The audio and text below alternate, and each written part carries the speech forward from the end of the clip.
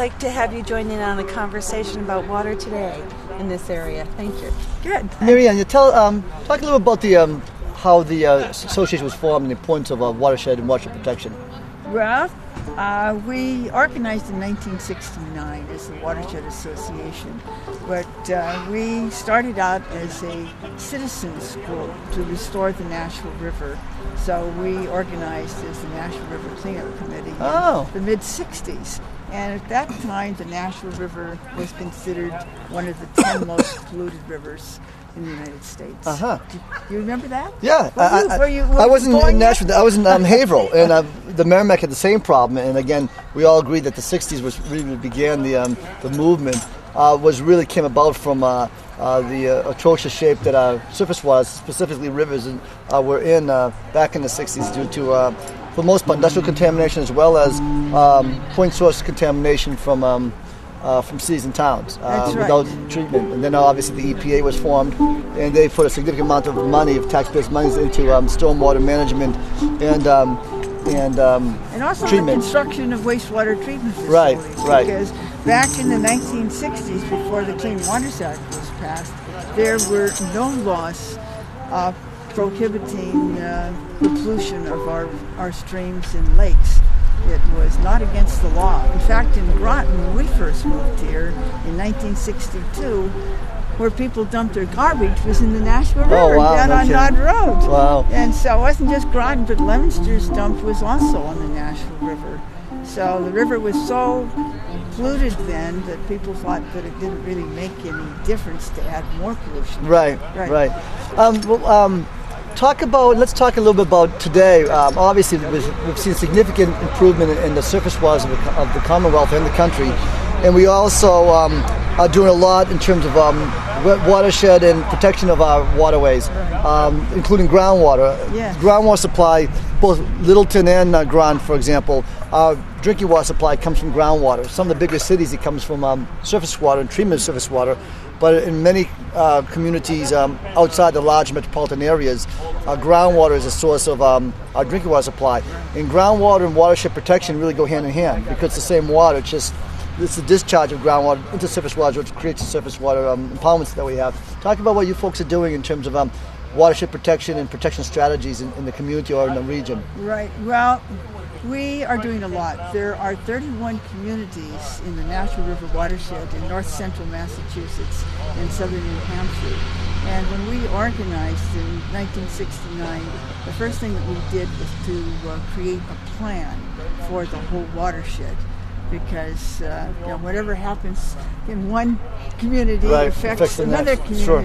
And so we're working with planning boards and conservation commissions and boards of health and other interested groups and individuals to help plan for the protection of our water resources. And in the southern part of the Nashua River watershed is Wachusett Reservoir. Right.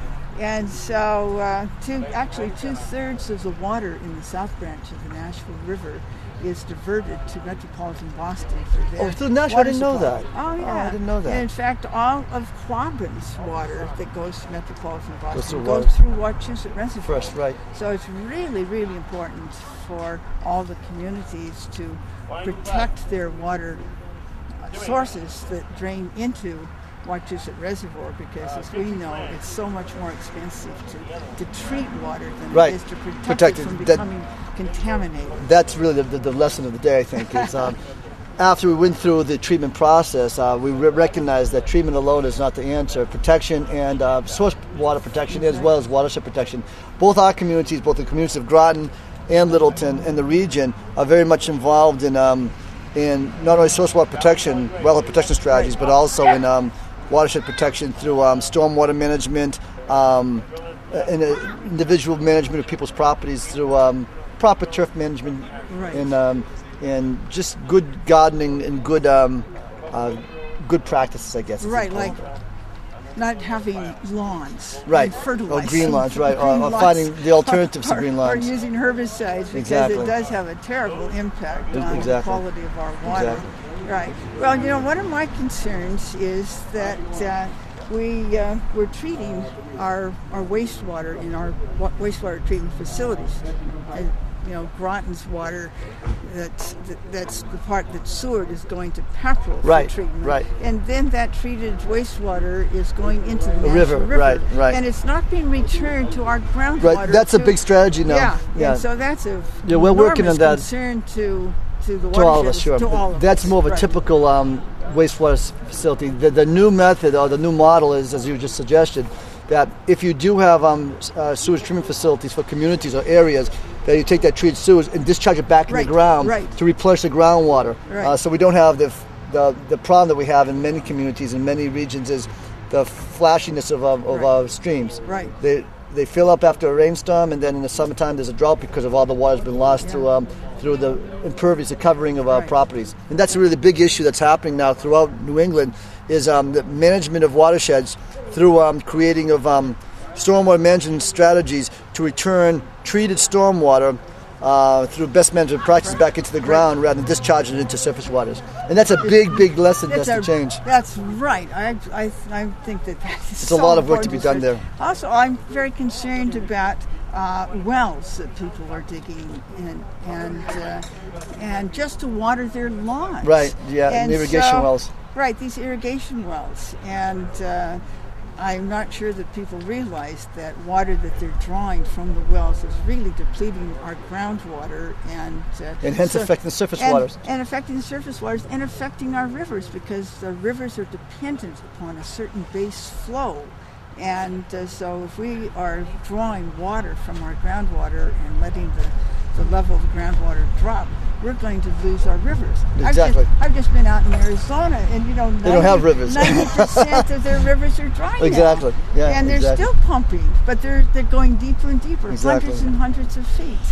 And like in Groton, in Massachusetts, we get 44 inches of rain about a year.